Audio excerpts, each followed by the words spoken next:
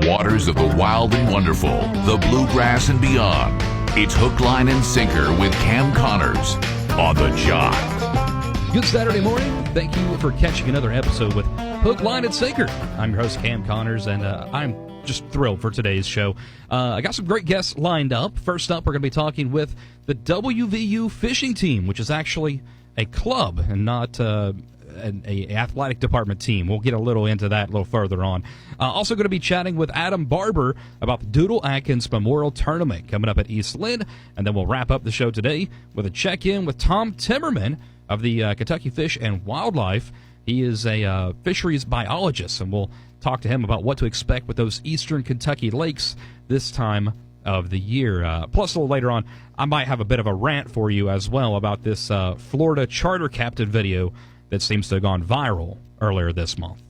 But before we dive all into that, of course, I've been talking about it for a couple weeks now. The gold rush is on completely across the state. As of today, all 69 waters will get their share of the golden rainbows. This week locally, over the weekend on Monday, there wasn't anybody close by that got any stockings, but Tuesday, the tailwaters of R.D. Bailey down around Gilbert, it saw its share of the golden rainbows. Wednesday, the Chief Logan Pond and the Hurricane Reservoir were both stocked. Then on Thursday, Rollins Lake up near Ripley, and yesterday, the Stonewall Jackson tailwaters and the Sutton Lake tailwaters all got their stockings of the golden rainbow trout. Now, I mentioned today, of course, the 12th, so it is supposed to be the final day of those golden rainbow stockings. If they missed any over the last 12 days, I'm sure that they may extend it, but you can get the list of which final lakes are going to be stocked today at the end of the day today, and you can head on over to the wvdnr.gov site to get that info. So as we head into the weekend, let's take a look at the weather and the water conditions around the region. Let's get an idea of how the fishing might be. Of course, it's been on the chillier side for much of this week, and that paired with the flooding and the rains from last week and a little bit of rain on and off earlier this week could make for some muddy and cooler waters around the area. So let's take a look. The Coal River here in St. Albans, water temps actually took a dive this week, saw a high of around 57 earlier in the week, but the waters have dipped back down. We're floating around 50, 52 here over the last couple of days. Probably not going to get much above that. Maybe 54 today, if I had to guess. Moving over to the Elk River, where it meets into the canal, seeing the same trend over the past week. High of about 55 on Monday, dipping back down to that 50-degree mark, which is where we round out the week. Moving over to the west, our friends in Kentucky on the Little Sandy River over by Grayson Lake, we're seeing the opposite effect, actually, interesting enough. Cooler side earlier in the week, around 50 for Monday and Tuesday, but spiking up to around 55 here on Thursday and Friday. So I look for it to stay in that range. Air temps this weekend going to hover around the 60 mark today, so I'm expecting it to stay around that 55 mark. And as for the mighty Ohio, it too been on a cooling trend with the cooler weather. Started at 55 earlier in the week, cooling back down to 51 as of today. As for the weather this weekend, today and tomorrow, mostly cloudy skies today, going to give way to only partly cloudy by this afternoon. Winds expected to be about north-northwest, 5 to 10 miles per hour, staying under 60 today, and a high of just 59. Tonight, though, clearer and cold. Clouds moving out, temps dropping down to the mid-30s. Tomorrow, though, luckily, it's going to be a little warmer, looking at a high of about 67. Clouds moving back in for the afternoon, and we're looking at minimal winds as well. So tomorrow, to me, sounded like the better day for a little fishing, if you ask me, especially if we're lucky enough to see a drop-off on the barometric pressure. Like I said, I got a fun show lined up today, though. When we return, going to be talking with the WVU fishing team. It's Hook, Line, and Sinker on the Jock. Last season was historic. Randy Mazey's Mountaineers are regional champions, and they head to a super regional for the first time in program history. And now, a new era begins in Morgantown. I'm beyond grateful to be the head coach of West Virginia baseball. Coach Mazey took a risk on me. I came here and worked every day to try to prove him right. Tune in starting Friday, March 14th on your home for Mountaineer baseball. 1300 and 1340 AM, 98.3 and 105.5 FM, The Jock. The following is made possible by Dad. Why was the basketball court all wet? Because the players kept dribbling all over it. The dad joke. Corny, grown-worthy, but also one of the simplest ways to share a moment with your kids. Why do you have to be careful when it's raining cats and dogs? Because you might step in a poodle. And kids that spend more time with their dads grow up to be smarter, more successful. Can I tell you a cat joke? Just kidding. And, with any luck, funnier adults. Why didn't the skeleton go to the dance? Because he didn't have anybody to go with. Dad jokes rule. So take a moment to make a moment and give your kid a laugh. It's as easy as going to fatherhood.gov. Brought to you by the U.S. Department of Health and Human Services and the Ad Council. That's really funny. Reels are streaming, lines are tight. We're back for Hook, Line, and Sinker on The Jock. With the spring thaw, the warm-up is on. Spawning season hitting us just about now in some cases. The bass really beginning taking off for the year here now through the next couple of weeks. And anglers from 5 to 99 years old all across the state going to be hitting the waters looking to land some largemouth. Now, last week I talked with Coach Kevin McGraw of the Spring Valley High School bass fishing team. This week, we're moving up to the college level. On the phone with me now, folks with the WVU fishing team, president of the club, Michael McNulty. Thank you so much for taking time to be on the show today. Yeah, thank you for having me on. I'm excited. Awesome. So, here at the radio station, we air the WVU football, or excuse me, WVU baseball and women's basketball games, and then on our sister station, over the Mix, we air WVU football and men's basketball. So it's really fun and great for us to have the opportunity to now include the fishing team. So again, thank you so much. Yeah, thank you for having me. WVU is such a big school. There's so much to offer here. I'm sure not many people know that there's a fishing team. Well, this is a chance to help change that. Yes, sir. Yes, sir. We're thankful for the exposure and excited to talk to you today. Awesome. So let's dive into the team. Now, it is actually a club. It's a school-sanctioned club and not a part of the athletic department, right? Yes, sir. We participate through club sports here at West Virginia. So there's a whole club sports organization where there's just different club teams that don't compete on that big NCAA level. So we got club hockey, lacrosse, volleyball, men and women. The cheer team might actually be on that. Yes, sir. We're on that too. So they help us out a little bit and give us some funding and really just facilitate all of our needs. Absolutely. So let's talk about the club. When did it start? Is this a new organization or has it been ongoing for a while? So it started kind of, I'd say back in 2014. That's when the college series for Bassmaster started. And all these colleges started making clubs. So West Virginia made a club back then, and just glad to be carrying it on all the way through 2025. It's been 10, 11 years, so still going strong. And so you talk about there being, other clubs at the school. Are there other fishing clubs? Is there like a catfishing club or a fly fishing club? Yes, sir, there is. There's a fly fishing club. That's more of a recreational club opposed to like a sports team club, but they offer that as well. Gotcha. So let's talk about the WVU fishing team. How many members do you currently have? We have 40 signed up, but we have 20 to 25 active members this year. So that's up from years past. And then we have probably 6 to 8 teams that travel to the different college events that we fish all over the country. Got you. So do you turn anyone away, or is there a tryout process? How does it work? No, there's anyone can join the team. We love to have anyone, any skill level join. When you join the club, we have a bunch of sponsorships with companies that give us discounts. So for those just getting into fishing, it's a great opportunity for them to get discounts on rod and reels and help them out financially to get started in this great sport. Awesome. And does the club have its own gear and boat, or is that something that you all have to furnish? Yeah, it doesn't. Well, we have some rods and reels that we can give out and let others use, but as it comes to boats, it's usually just personal boats that are used to go to these tournaments. But we have a sponsorship with Mountaineer RV, who sells some kayaks, and they're actually letting us use a couple kayaks this year to just help kids who don't have boats get on the water and get fishing. Gotcha.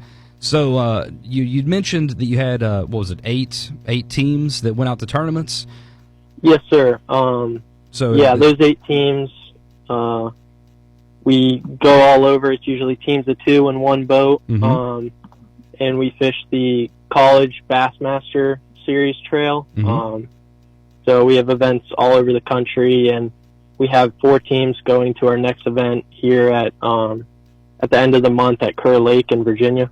Well, see, that was actually my next question was, did you have multiple teams representing one tournament, or if it was just, one 2-man team per tournament? Yes, sir. We try to get as many teams as we can and as many people with boats as we can. This year we have between 4 and 8 teams traveling, and we have 3 big tournaments this year. So we had one in January at Lake Okeechobee in Florida. We have one at the end of the month at Kerr Lake in Virginia, and then one at the end of May at Lake Chickamauga in Tennessee. So we try to get as many teams to participate and go travel and fish those. Absolutely. So, when you're not out doing traveling and doing tournaments, where is your home water around Morgantown that you guys fish the most often? I would have to say probably either Cheat Lake or the Monongalia River. Gotcha. That river flows right through town, so we either go down, fish it from the bank, or take a boat out on there. And then Cheat Lake's only 15, 20 minutes, so okay. 2 great spots of water. And of course, with you all being a club, you all are always open to getting support for the team. How could folks reach out and support the team if they wanted? Yeah, so great question. We do mostly fundraise ourselves through sponsorships and also just through donations to be able to travel all across the country. So we have a Facebook and an Instagram account, and both of those have a link to our fundraiser page through the school, where we're able to fundraise and get donations, and the school handles all that tax process and everything for those people who donate. Gotcha. And then some of our sponsors this year who are helping us out are Freedom Outdoors, Mountaineer RV, Fishing Online, Nature's Voice, Game Calls, Grant County Mulch, Mountain State Safety Consulting, and Woolies Fabrication and Welding. And all those people help us to really get to these tournaments and fish and compete. Absolutely. Well, before we hop off here, is there anything else you'd like to add in that we haven't really touched on yet? Yeah, so we have apparel coming soon, probably closer towards the end of the month or into May. We're going to have a little pop-up shop for about 2 weeks through a local company. They're going to have a website up, and we'll have shirts, T-shirts, sun hoodies, sweatshirts, and ball cap hats. So all of that will go. Some of those proceeds will go back to the club, and then we just love getting apparel out for everyone. And then this fall, we're looking at having a little tournament series trail. We'll definitely have one tournament on the Ohio River, and then other than that, maybe Stonewall Jackson and one up in PA. I gotcha. Well, you'll have to get me the link for that apparel because I am definitely interested in that, and I know some of our listeners are going to be as well. So if you would, as soon as you get a link to that, let me know, and I'll definitely be getting something. Yes, sir, I will. And all that information will be out on our Facebook and Instagram pages. Awesome. And, of course, reach out to me on those tournaments later in the year, too. I'd love to get coverage and talk about those as well. Perfect, yeah. I'd really appreciate it. No problem at all, man. And thanks for coming on. As always, if you all got anything going on and you want to be a part of the show again, you just let me know. Okay, will do. Thank you so much for supporting us and helping us out today. You're very welcome. Thanks for taking the time to be on the show. Yep, have a good one. You too. Still to come today, we're going to talk about the Doodle Adkins Memorial Tournament at East Lynn. We're also going to talk lake conditions in eastern Kentucky. I'm sure most of us have heard about the charter boat captain in Florida losing his cool over another angler earlier this month. I've got some thoughts to share with that topic as well. It's all next with Hook, Line, and Sinker on 1300 and 105.5 The Jock. Be green and make some green. At Metal Center Recycling, we're a vital part of the supply chain. We help put resources back into the economy. Instead of mining raw materials, we can use what we already have. From recycling your cans to scrap metal and more, just bring them to Metal Center Recycling and get fair and honest prices offered for your stuff. Check out themetalcenter.com. Metal Center Recycling, James River Turnpike just past the Pumpkin Park in Milton, and in Huntington just past the flood wall on Route 2. When I grow up, I want to be a doctor. I want to be a veterinarian. When I grow up, I want to be a fireman. I want to be a scientist so I can connect like other things and build other things. I want to be an astronaut so I can float up space. When I grow up, I want to be a dancer. I want to be a superhero, but if that doesn't work out, I will be an engineer. When I grow up, I want to be a chef because I like ice cream. I want to be a basketball player. I want to be a jet pilot so I can take people to really fun places. I want to be a drug addict. Get to your kids before drugs do. Arm yourself with the facts. Get your free The Truth About Drugs booklet set today. Go to drugfreeworld.org. Fish on. Now back to Hook, Line, and Sinker on The Jock. I'm your host, Cam Connors, and I want to talk about something that happened earlier this month. And in fact, I believe it was on the 1st of this month.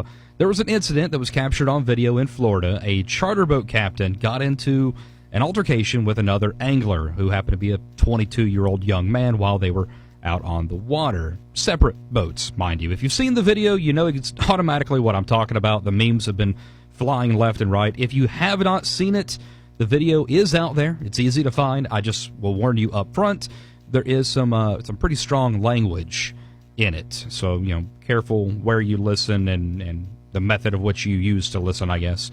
So basically, in the video, this captain, I believe his name is Brock Horner, runs a charter fishing service, and he approached this young man in order to accost him over something that apparently had happened earlier in the morning, or Brock thinks had happened with the young man. It's a little unclear, my understanding of it, just even from watching the video. But, something about driving too close or too fast and not having the boat lights on. It's not super clear, though if you do your research and you looking into it, it does clear up a little more, I guess. The young man, Gage Towles, apparently minding his own business. He was actually filming already beforehand for his YouTube channel. He was fishing and filming whenever Horner's boat comes up, and the guy's just yelling irately, and the kid, Towles, he tries to de-escalate the situation, but as you see in the video, Horner is just beyond calming down. And I don't know anything other than what's been reported, but from watching it, my first thought whenever I saw it was, this guy's, it's like roid rage. I mean, he's just unnecessarily hostile and irate. And long story short, Horner eventually maneuvers his boat close enough to the kid's boat to jump aboard it and begins to intimidate the kid before eventually going back to his own vessel. And Towles, of course, had posted the video on social media afterwards, and it has just absolutely blown up over the last couple weeks. Brock Horner, owns the Tarpon Coast Fishing Charters Company, which, as of last week, I believe, had taken their website down due to this incident. Like I said, if you've not watched the video, you can go give it a watch. Just be aware of that strong language. Since then, Horner has been arrested and charged by the Punta Gorda police, who are reportedly working with the Coast Guard and the Florida Fish and Wildlife Conservation Commission. They say that more charges could possibly be coming. Now, I've spent a lot of the last week keeping up with this story and pondering on it quite a bit, and I have two main thoughts on this. First and foremost, I got to say, Horner was absolutely out of line and needs to learn a lesson here. He was irate, he was irrational, he was belligerent, he refused to de-escalate the situation. I mean, he absolutely, in my honest opinion, should be charged for his conduct in this. I'm not a law enforcement person, I'm not a legal professional, but at the very least, to me, it looked like menacing and assault for aborting the kid's boat, if nothing else. The guy has made national headlines, and he's put a stain on the sport of fishing. I mean, he disrespects other anglers with his conduct, other charter captains, veterans. I mean, in the video, he's bragging about, during his tirade, he's bragging about being a vet. He 100% deserves to, again, in my opinion, he deserves to lose his captain's license and maybe even never even hold a fishing license again in the state. At the very least, aside from, charges that have been brought. Now, here is where my opinion is going to differ from what some other folks are saying. I don't think the kid, Gage Towles, I don't think that he should have posted this to social media. Taking it to the authorities, yes, absolutely, by all means. But social media today has kind of turned into like a modern version of a medieval mob, just minus the torches and pitchforks. Yes, what Horner did was out of line. He should face those consequences, but social media has a way of going so much further than what is necessary for the lesson to get learned. I mean, does he really deserve to lose his livelihood over this? Does his, think about his wife, his kids, his friends, other people that are likely to catch flack simply for being associated with him now. His employees. So to me, going with social media goes a little too far. Should he face legal ramifications over this? Absolutely. But I also think that the kid was in the wrong for putting this video online, because now it's this massive public spectacle, and he's getting made fun of on social media and potentially going to ruin this guy's livelihood. And I know what you may be thinking. Well, then he should have thought about that before making a fool of himself. And I agree, he should have. But, at the same time, I'm not going to be the first one to cast that stone. Who among us has not made a jackass of ourselves at one point or another? Am I right? So, just some things to ponder over on this whole situation. If you haven't seen the video yet, again, go check it out. But I digress. We've moved too far away off of fishing at this point. Moving on with today's show. Tournament time is here again. One popping up left and right, it seems like, these days. Got another one coming up here very soon at East Lynn. Last week we talked about the ALS, the Sinking ALS tournament. This week, the Doodle Adkins Memorial Tournament. And I've got on the phone with me now Adam Barber, one of the event organizers. Adam, how you doing today? Good, and thank you. Thanks for taking the time to do this.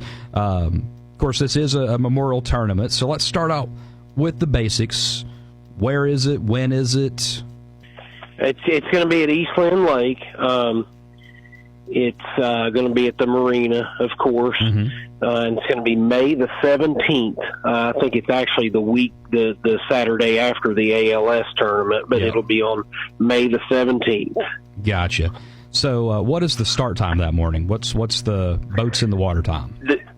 The boat, we're going to start launching at 7 a.m. or taking off at 7 a.m. So we'd like to see all the boats in the water by 6:30, 6:45 at the latest. Gotcha. And what about weigh-in time on return? 3 o'clock. 3 o'clock. Yeah, we want everybody back inside the buoys by 3 p.m. And we will not start weighing any fish until right at 3 o'clock or after. No early weigh or anything like that. Gotcha. So, what is the entry fee on this one? It's $100, and the payback's 80%. So 20% of all the entry fees collected are going to be donated to the West Virginia Bass Nation Youth Program. It's a really good group.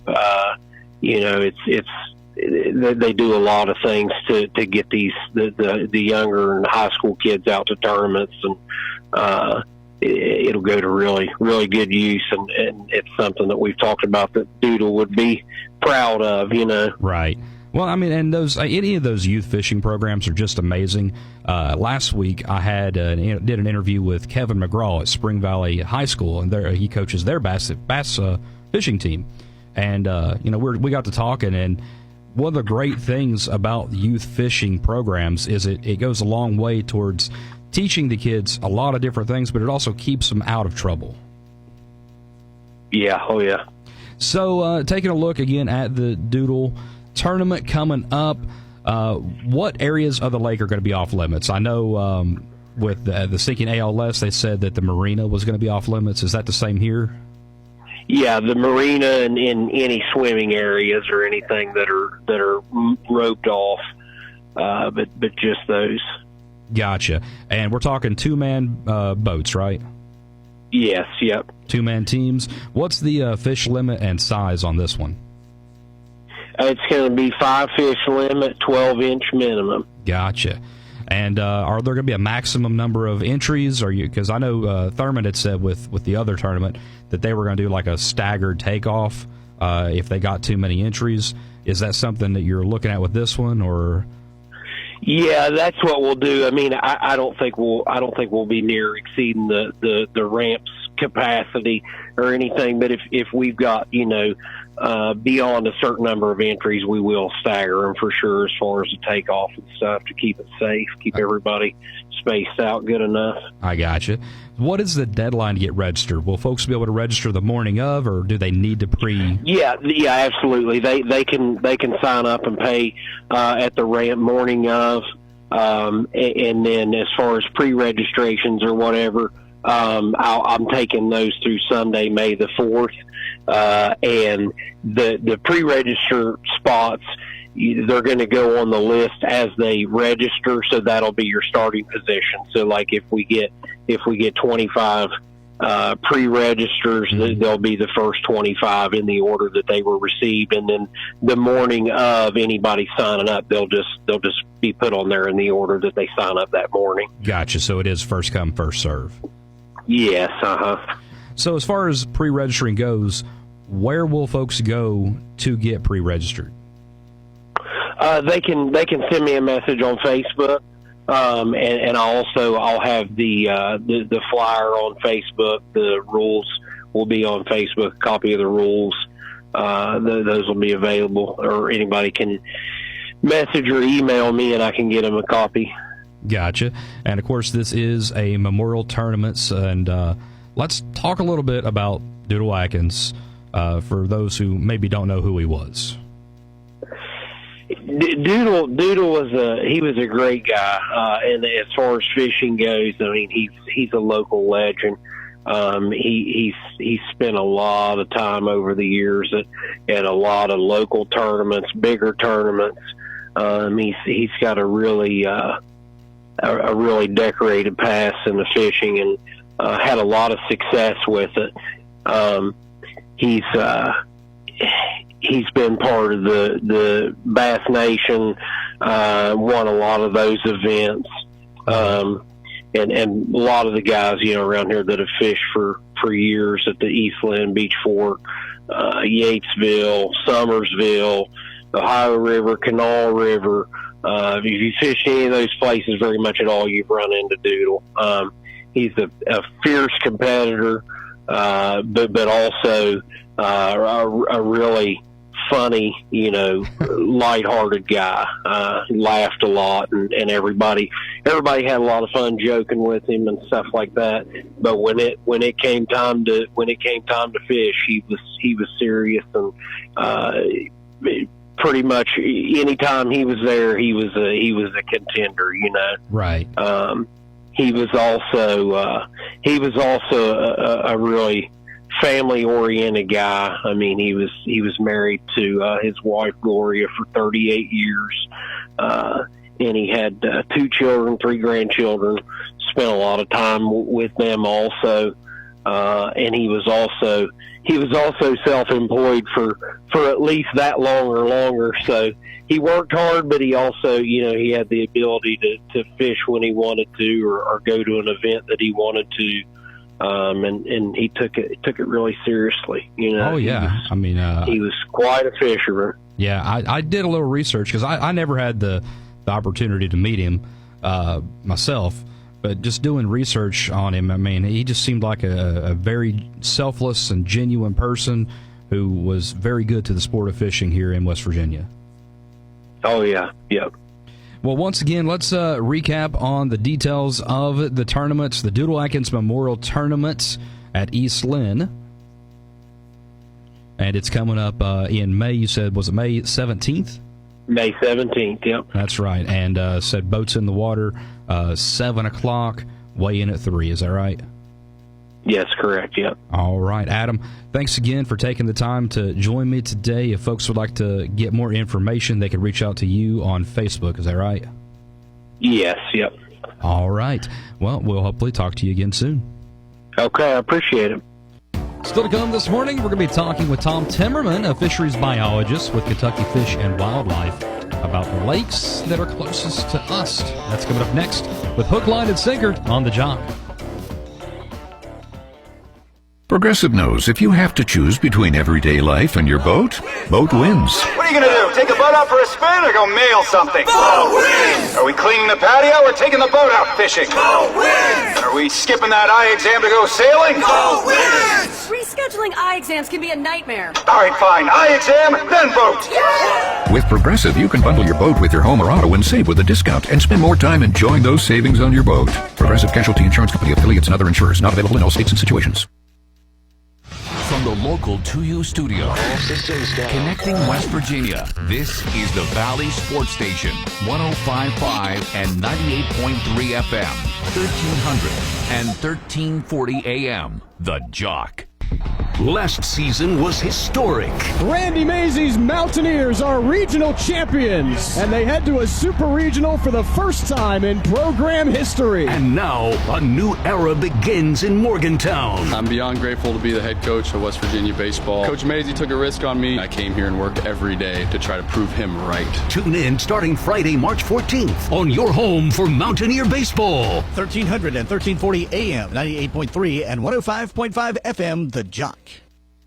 When your car is making a strange noise, no matter what it is, you can't just pretend it's not happening. That's an interesting sound. It's like your mental health. If you're struggling and feeling overwhelmed, it's important to do something about it. It can be as simple as talking to someone in your community, or just taking a deep, calming breath when you need it. Nice. For mental health resources, check out loveyourmindtoday.org. At loveyourmindtoday.org, you'll find information that may help you get through a tough time. Things like tips for dealing with stress, how to navigate difficulties like financial worries, anger, substance use, and more. You can also find real stories of how people navigated their own mental health challenges. Because once you start to address the problem, you can go so much further. Visit loveyourmindtoday.org. That's loveyourmindtoday.org. Brought to you by the Huntsman Mental Health Institute and the Ad Council. The impact of a meal goes well beyond feeding our bodies. Because when people are fed, futures are nourished. And with your help, together we can end hunger. Join the movement at feedingamerica.org/actnow. Brought to you by Feeding America and the Ad Council. Fishtails, we've got them. Now back to Hook, Line, and Sinker on The Jock. And welcome back to Hook, Line, and Sinker. I'm Cam Connors. If you're anything like me, part of the fun in fishing is going to new places, exploring waters and fish of a new lake or a new river. I, for one, I live in Kentucky, and it was kind of like Christmas morning coming over to West Virginia and getting to explore all the new places and fishing on the Coal River and even over at Ridenhour and down at East Lynn and Beach Fork. And so I imagine the feeling is much the same for West Virginia anglers whenever they head across the river to Kentucky. Joining me now, representative with Kentucky Fish and Wildlife, Tom Timmermann, a fisheries biologist and program coordinator. How are you doing today, Tom? I'm doing good. So, I mentioned a little bit ago, whenever you first called, every state is a little different in the way we handle our natural resources. You know, over here in West Virginia, it's the Division of Natural Resources, and they handle most of the, the fishing and hunting type regulations. In Kentucky, it's the Fish and Wildlife, and you were with the Fisheries Division of Fish and Wildlife. So tell us a little bit about the Fish and Wildlife and the Fisheries Division.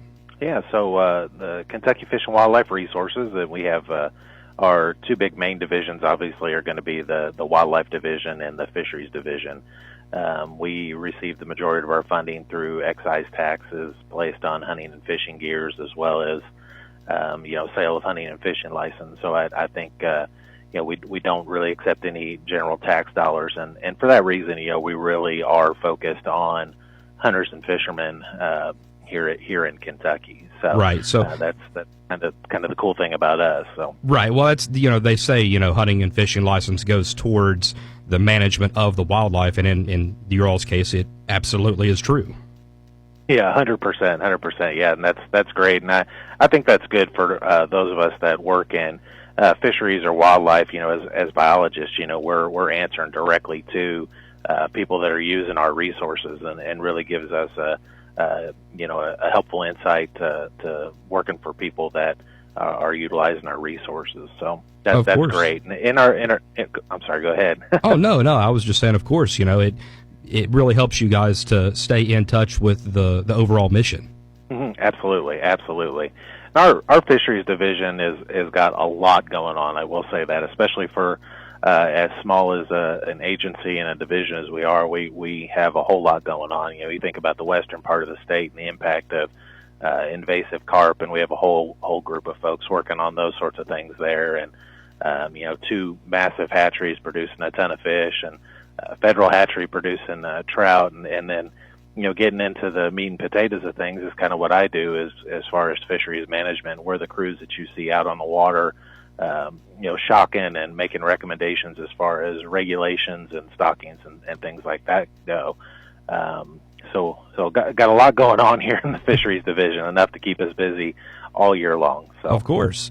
So one of the reasons that I reached out to you is I wanted to get an update and a generalized overview from the fisheries biologist perspective of the eastern lakes, particularly Greenbow, Grayson, and Yatesville. So let's dive into each of those a little bit. Let's talk about what we can expect this spring as far as fish populations and how the lakes are going to be as we head out on the water this spring. Okay, that's great. Well, if you don't mind, I want to start with Yatesville, and the reason I wanted to start with Yatesville is the state of Kentucky, as far as our management is concerned, is divided into 7 different districts, and the Yatesville actually lies in what we've termed the Eastern Fishery District, and that's actually a little bit outside of my range. So I reached out to Jason and Emily, the guys that manage that lake, just for some talking points. So this is very generalized about what's going on out at Yatesville. Yeah. And I would encourage any of your listeners, if you have questions, call Jason, call Emily. They are fantastic. You'll have a great conversation with either one of them. So, but I do know that Jason and them had rated the largemouth bass fishery as excellent. They're seeing increasing numbers of fish over 15 and 20 inches, which is excellent as far as anglers are concerned. Fantastic. Yes. And one note he put in here was that they're actually even seeing some up to 22 inches, which that's going to be a dandy bass for us here in the eastern end of the state. As far as fishing recommendations and stuff like that, he's recommending heading up to the headwaters in the springtime. And I think that's going to be pretty generally true for most of our fisheries, at the higher trophic levels in the headwaters of these lakes, so you're going to have a better chance of catching bigger bass in those particular areas. So that's kind of what he has going on up at Yatesville as far as largemouth are concerned. Okay. So, yeah. All right. So if you don't mind, I'd like to talk about Greenbow for just a second. Yes. Because Greenbow, I live closest to Greenbow. That's the one that I fish the most often. So what are we looking at with Greenbow this year? Well, I'm going to tell you that of all of my lakes, Greenbow is probably one of our better bass lakes. it's one of the best chances you have of catching 9 to 10 pound fish as far as largemouth goes. And I can verify we have caught with our shocking boats 9 pound fish on there. I've heard of angler reports of 10 pound fish coming out of that lake. The last couple of years have been just stellar on Greenbow. Highest numbers of fish over 20 inches, great numbers of fish over 15 inches that we have on record. So really, banger population right now up at Greenbow. Okay. So I highly recommend fishing that lake. Now, the caveat on that is, and you know, all these things come with caveats. Always. It's 180 acres, so it is a smaller lake. Yeah. You're going to see a lot of other pressure on that lake, and of course, anytime you've got pressure, you're going to see a decrease in your catch rate. So that's going to make things a little bit more difficult. And then the other aspect of Greenbow is it's extraordinarily clear. And you know, fish aren't stupid; they see you coming, they hear you coming, and in those clear lakes, they can be tough to catch. Right. Well, that's one of the things I was actually going to touch on, you know, with that pressure from all those other fishermen, because it is a highly fished. I mean, it's nothing to see 9 bass boats back in at between 8 and 10 o'clock on a Saturday morning. That's right. Nothing at all. So, you know, you might, if you're going for big bass, you're definitely going to want to go with maybe a different presentation. Maybe, you know, don't be afraid to shake up your lures. Look for something that maybe some other anglers aren't going to be using.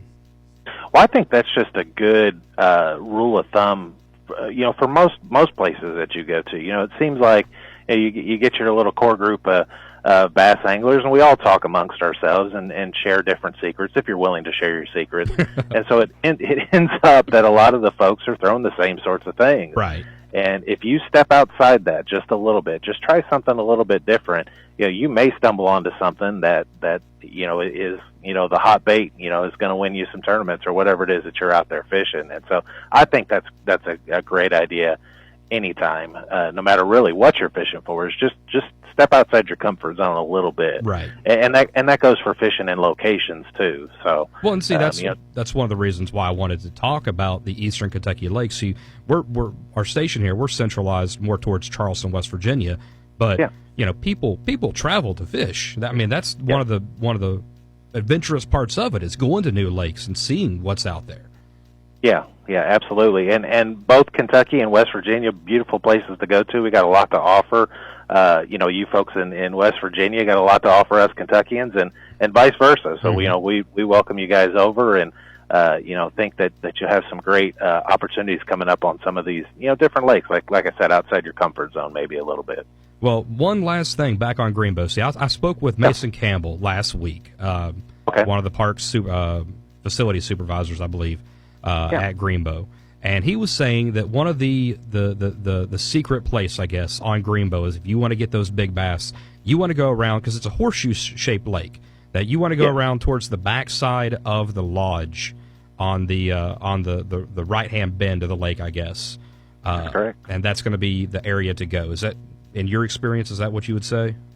Yeah, 100%. It's funny, you know, that a lot of folks see us out there in the shocking boats, and they think, you know, that we shock up everything that's out there, and we get a full, complete look on things, and it's not. You know, the shocking boat is really a lot like regular hook and line fishing. You know, if the fish are there, you're going to see them. Right. And so you know, I'm laughing because that is our hot spot. You know, when we're out there shocking, and we electrofish Greenbow at night, just to get a little bit better sample. When we make that turn to where those down pines are, just down from the lodge, you know, we all kind of get excited because you know you're probably going to see some big fish there. The only thing that I would add really to that general statement is that any of that deeper structure where those big fish can kind of hide, it does seem to produce some of those big fish. So, you know, last time we were out there, I think we had like 10 fish in our sample. It's an hour sample. I think we had 10 fish that were over 20 inches. Not all of those came from that area. So that's they are scattered, but as a general statement, that area holds quite a few fish. So. And now you mentioned that deeper structure. What kind of depth are we talking? We talking 15 feet? Probably shallower than that, you know, 10 to 12 feet. Okay, gotcha.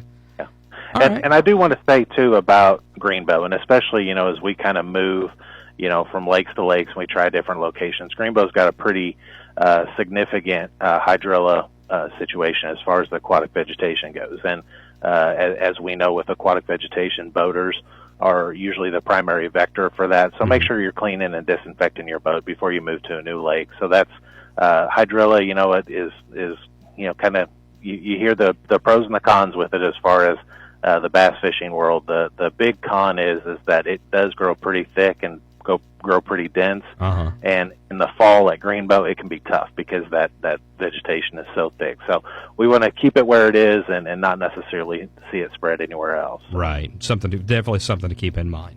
Yeah, all right. 100%. So we've talked Yatesville, we've talked to Greenbow. Let's move on to Grayson. Yeah, Grayson, a little over a 1,000-acre lake here in Carter and Elliott County. It's dammed up on the Little Sandy River. And it is very oligotrophic, low nutrient is what we would call it, and produces a ton of small fish, and actually produces so many fish that this year we're going to see a slot limit formally placed on the largemouth bass there at Grayson, which means anything under 12 inches and anything over 15 inches you can keep. That's being done to remove some of those high numbers of small fish.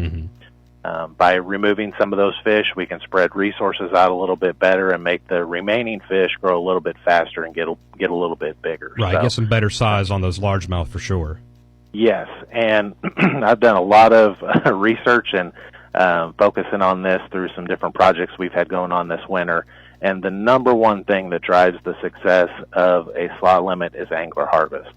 And the big thing that I'm reading in the literature, and it's not just scientific literature, there's a lot being said about this in public literature, places like Outdoor Life. A lot's being said right now about harvesting and that it's okay, and that we need to be doing that. And so that's the big thing that I would say about Grayson, is that when you go to it, don't be afraid to take your limit of fish. You're going to take 6 fish. That's fine. It's not going to kill the fish. It's not going to kill the fishery there if you take your 6 fish. So please do that. That's going to help the fishery there. If we do see something turn too far to one side, we always got our hatcheries. We can always stock back. But for now, we need folks to be removing those fish up there at Grayson. So right. Well, I think that's a lot of people get in their head that when it comes to the management of our resources, that in their head they think it's about conservation, that it's about constantly protecting the population, and it is, but sometimes it's about thinning that population back down as well. Yeah, absolutely. And you think about anything from agricultural practices to some of our terrestrial wildlife practices. There is such a thing as too much, and especially when you have some of those low nutrient lakes like we have here in eastern Kentucky, and I'm sure you all have in West Virginia as well. There's just sometimes not enough food for everybody that's there at the table, and right. The easiest way to deal with that is to remove some fish. So, right, and a lot of times you're going to see that, especially in the largemouth population. You see those largemouth that get pulled out, and they've got those huge eyes, but that skinny body, that kind of slender. You can tell that fish is a little, lack of better words, malnourished. It's not had enough. Well, I think that is the case. It's no lack of better words at all. I mean, you hit the nail on the head. That's what's going on there. And there's the probably the number one thing as far as bass management goes is feed the fish. So you can talk about genetics and everything else all you want, but if the food isn't there for the fish to grow, it doesn't matter. And that's what we're seeing in these lakes where we're implementing a slot limit, is that you're going to need to remove some fish to really see a difference. And actually, I am particularly proud, although a little bit nervous about how the public is going to perceive it. But and to a certain degree, we're going to put our money where our mouth is. We've been in Kentucky. We've done a few smaller scale bass removal projects in the central part of the state on smaller lakes, and really have seen positive results from those. Positive results, the angler perception, and what we're seeing in the electrofishing surveys, just a big turn on these small lakes. So we're actually going to step it up, and we're going to try to do a larger scale bass removal project up at Grayson this spring. Well, I think it'll really help. I mean, and I think it'll be you said you're nervous about it, and I can understand why. But I think from an angler's perspective, I think it's going to be a positive view. Because ultimately, I hope so.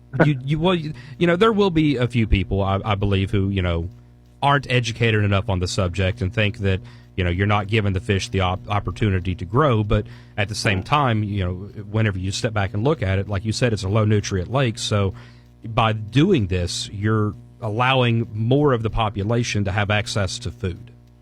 Right, and exactly, and that's the goal. And we've seen time and time again, both in our slot limit lakes here in Kentucky, and scouring the scientific literature out there, that bass anglers, for better or for worse, just aren't interested in harvesting bass. And so, my hope is that this project is an example of, hey, you've seen a small turn here with what we've removed.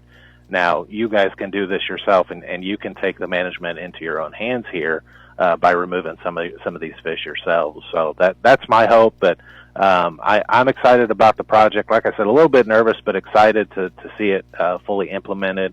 We're going to take a pretty significant number of fish out, and then those fish are going to be utilized. Some of them in central Kentucky, dealing with some of the lakes that out there actually don't have enough spawn. And then those remaining fish that aren't sent to central Kentucky are going to be used in the northeastern part of the state. So I really like that concept, that we're keeping the fish there local to our constituents in that area as well. So I'm excited about it. I will say, just as a caution, if you're interested in harvesting fish, please do that and harvest and eat them. Don't stock them in another lake. Right. So we don't want to be moving fish around too much. We've done a lot of studies on when and where we're going to move these fish to, and feel pretty confident in it. But would rather the anglers leave that to us, I guess. So. Right. Well, I mean, like you said, you guys do the studies. You guys are the ones managing the fisheries, and ultimately, you do run the risk of invasive species, whether it be parasites, whether it be plants, whether it be fish themselves. You talked a little earlier on in the in the interview here. You were talking about the invasive carp on the western side of the state, and I was going to ask: are they making their way towards the eastern part of the state yet? They're trying. It seems like Louisville, the Falls, in that area, kind of is a good barrier for them. And there are some coming, but for the most part, they're being prohibited by some geographical constraints there in that area. So we see a few of them, kind of sending sort of messenger pigeons, I guess, out, to see about colonization of a new area. But for the most part, they're pretty reasonable numbers out here in our end of the state, which I think we can deal with that. We definitely don't want to deal with what they're experiencing out on Kentucky and Barkley Lake. Right. And just like we said about the hydrilla, let's leave it where it is and not spread it any further. So, but again, the invasive carp are a great example of fish that was brought over with good intentions of being used in the aquaculture facilities. Unfortunately, it didn't end up being at all as good of intentions as was originally set out to be, and that's the case too for any anglers that want to move these fish. The good intentions, and I can appreciate good intentions, but there's always those downsides, and I guess that's why they're paying us, is to think about all levels, the good sides, the bad sides, and everything else in between before we make these moves. So like you said, there's a bit of a barrier. It hasn't spread this far, yet. Like you said, the numbers are reasonable. If an angler were to come across the Asian carp, the invasive carp, what's the protocol? Yeah, I would ask the first thing you do is to call your district biologist. So my number, Jason Russell's number in the Eastern District, any district biologist phone number is available on our website. And also in the fishing and boating guide that we have for Kentucky that we put out. If you look at reporting a trophy catch, my number is there. My assistant biologist, his name is Nathan. Our numbers are there. Give us a call as quickly as possible.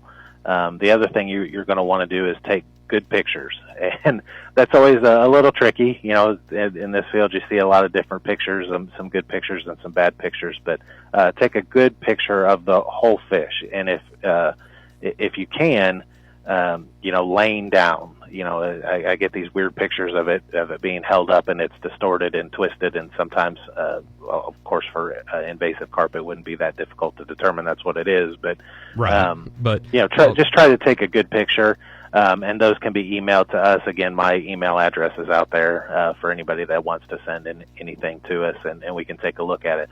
From there, I would report it to our invasive carp group, who really fight that battle day in and day out, and would inform them of that. And it's good for us to document those sorts of things, and great for anglers to reach out to us about anything. I don't want there to be any barrier. If you have a question, if you don't know if this is an invasive carp or not, or if you just want to know what the heck fish species was that you caught, definitely reach out to us. That's what we're here for. We're here to serve the public and to help in any way we can. Right. And so on the spread of the carp, it just occurred to me, because they are on the Mississippi River, I believe. Have they spread into the Ohio? Are they coming up? Are they? Oh yeah. So it would be reasonable to see them in, say, Ashland on the Ohio River. You could. I mean, there is, like I said, some geographical, geophysical constraints there. I believe in the Louisville area, which kind of prevents their big migration further as far as Ashland goes. But yeah, I mean, as I sit here and talk to you today, I'm at Minor Clark Hatchery near Moorhead, and we're on the Licking River, and we've had reports of them coming down the Licking River as well. So oh wow, they do move, especially with high water, which we're going to be experiencing here in the next few days. It's an unfortunate side effect of them. So well, and we talk about this invasive species, and maybe some folks haven't heard about them yet. It is word is getting out about them, but there's like I said, they haven't spread as much as feared, though there is always that possibility. So what exactly, for those who may not know, what exactly is the negative of these? Because I know the noise in the water, for one, stirs them up, and it can be dangerous for boaters. They'll just shoot out of the water. Yeah. The big thing that we watch as fisheries managers is that they are what we'd call planktivores, so they eat primarily plankton.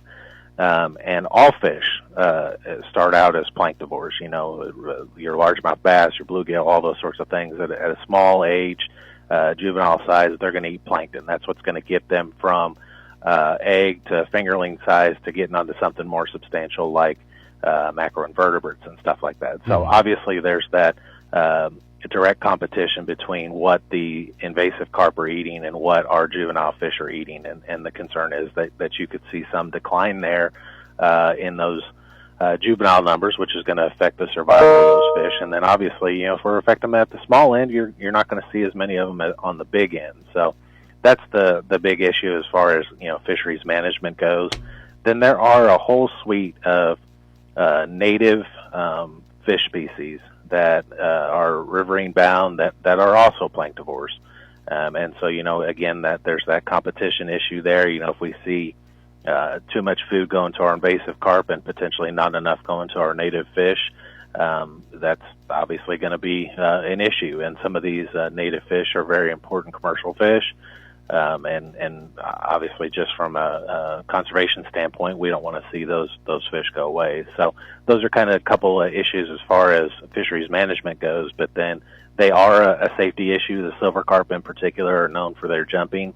And having worked some on the Mississippi River way back when, it's not fun. You're driving down the river and these things are jumping in the boat. Oh, they're big fish, and seen, they hurt. I've seen videos, and it's absolutely unreal. I mean, you can't believe it until you see it. I mean, even it's just seeing the videos, it's just 20 of them. Yeah. A great, for anybody that's got a rainy day or a cold day and they don't want to hit the water, just do a little YouTube search on some of our shocking adventures in western Kentucky. You'll see just how extraordinarily high numbers of fish there are, and it's crazy. It's crazy. Yeah. Well, Tom, man, I appreciate you taking the time to be with us today. We'll keep in touch, and I'm sure we'll check back in with you very soon. Well, I wish all your anglers good luck if they head this way. And again, if anybody has any questions, reach out to us. And questions on Yatesville, they can reach out to Jason, and we'll help you any way we can. Awesome, man. Thank you. Thank you. You have a good day. You too. And that's about going to wrap things up today for the show. Don't forget, if you missed any of it, or you want to listen to a past show, or you want to catch this one again, we've got them all up on podcast at WJYPAM.com. You can also stream the show live on there each week, or through the Jock mobile app. Just pull out your favorite app store and search WJYP, and you can find our free app. I'm Cam Connors. Until next week, I'll catch you later. When your car is making a strange noise, no matter what it is, you can't just pretend it's not happening. That's an interesting sound. It's like your mental health. If you're struggling and feeling overwhelmed, it's important to do something about it. It can be as simple as talking to someone in your community, or just taking a deep, calming breath when you need it. Nice. For mental health resources, check out loveyourmindtoday.org. At loveyourmindtoday.org, you'll find information that may help you get through a tough time. Things like tips for dealing with stress, how to navigate difficulties like financial worries, anger, substance use, and more. It's you can time also to find get real back to stories the of how people Countdown navigated 2 their on own the mental health BetMGM challenges. Network. Because once you start to address the problem, and Alex Gold.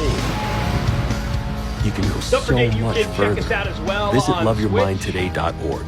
That's loveyourmindtoday.org. Brought to you by the Huntsman Mental Health Institute and the Ad Council. We'll get back into the If I could be you, and you could be me for just 1 hour. if you could find a way To get inside each other's mind. walk a mile in my shoes, walk a mile in my shoes, walk a mile in my shoes. shoes. We've all felt left out, and for some, that